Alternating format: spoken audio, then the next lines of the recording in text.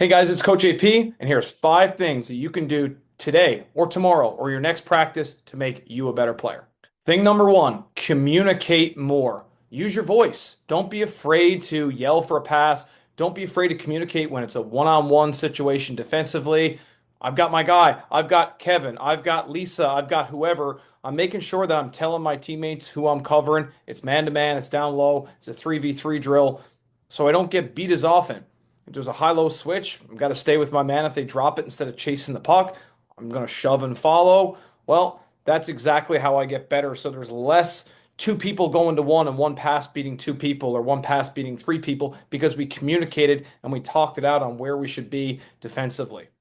Example number two, make sure that you have good body language in practice. So if you're standing in line and your legs are straight, you didn't listen to the drill, the coach that explained it, and you get into the drill, somebody makes you a pass, your legs are straight, your back is straight, your hands are in by your body, you're leaning on the boards, puck goes on by, or you got to scramble to get the pass, it bounces on you, then you give a pizza to the person that just made the pass to you. Coach is like, make sure that you have good body language. Practice how you're going to play in a game. If you're in line and you're the next person to go and there's a pass involved, like be ready, be low. Make sure I get my shin angle. My shins are pointing down towards the ice. I'm in a hockey stance. I'm in an explosive stance. I'm ready in a game that if someone made me a pass and I gave it back, I'm not just going to stand there and be an easy person to hit. I'm going to be able to jump into a hole, jump, go to the net, get open again, go to a space that I have to, a positive area. Another thing too, with the practicing how you play and having that good body language, after I shoot in a drill, I'm not just going to coast to the corner, do a big loop, and then go to line. If the coach allows it and my practice allows it, after I shoot, I'm going to follow the rebound to the net. I'm going to stop at the net. Or I'm going to, if I miss the net, I'm going to track the puck to the corner. And before I pick it up, I'm going to do my shoulder checks just to get into those good habits. Because if you practice a certain way, you're going to play a certain way. As my dad used to say, you can't turn it on and off like a light switch, son.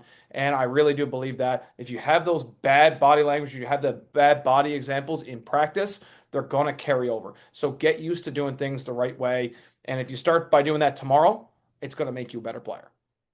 Number three, make sure that your stick is on the ice. I did a video session with a high school client a couple of weeks ago, and one of the major themes of the tape when I watched it over and over was making sure that your stick is down. I kept stressing this, and when I watched the video, we would show all the examples. There'd be stretches of 25, 30 seconds where this player wouldn't have their stick down. Doesn't matter if you're on offense or defense. If your stick is down when you're on offense, probably going to get puck more. You're going to present the better target, better presentation to the person on your team that has it. If we don't have the puck, there is absolutely no reason why I shouldn't have a stick down. My stick is in a passing lane. My stick is in a shooting lane. My stick is down and I'm back checking and it eliminates that pass going to that person because the person that's carrying the puck in the zone says, well, that's not open anymore. But if my stick is at my hips, it looks open. They move it there versus they don't. So I have less of a battle on my hands. I just let myself off the hook there. And those are the little details of having your stick down. Now, there are going to be some people that say, well, what about if I'm just shoving somebody in front? Or, sure, I can shove somebody a little, extending my arms and give them a little shove, but then I'm probably getting my stick right back down. The shove created the space. Then I'm calling for the pass with my hands out in front, almost like I'm getting ready to greet somebody. So I'm open. I'm telling my teammates that I want the puck. And that little shove created a little bit of time and space for me. But I'm not going to shove and then put my stick at my hips. Stick at the hips, I can't really think of a whole lot of situations where stick at the hips is beneficial.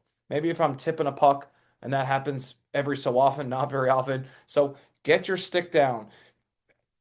Getting my stick in a position where I can lift and get underneath somebody else's, deflect a pass, tip a puck, provide a target. Like there's just so many reasons why you should have your stick down.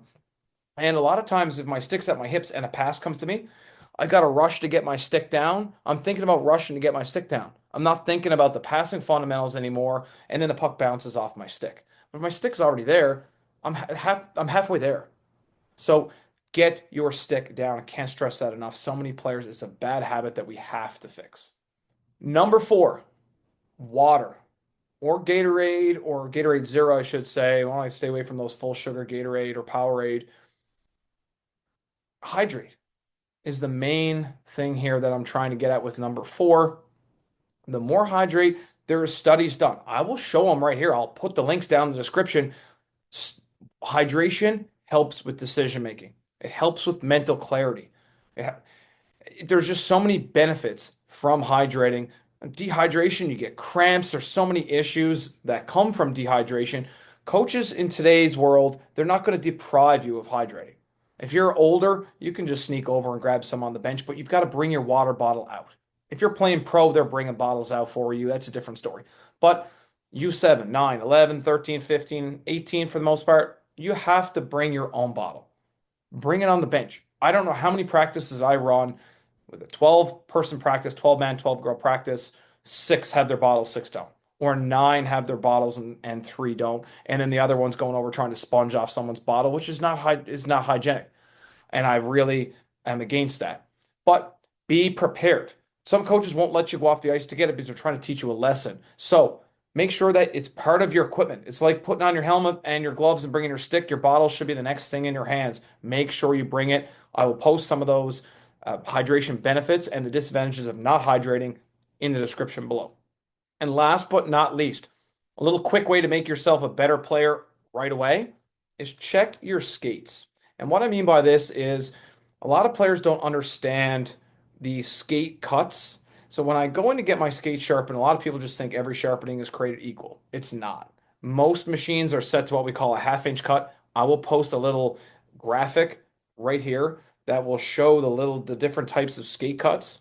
So usually if you're getting deeper, like a 3/8 is a deeper cut than a half. Think of a half-inch cut on your skates as something that is all around.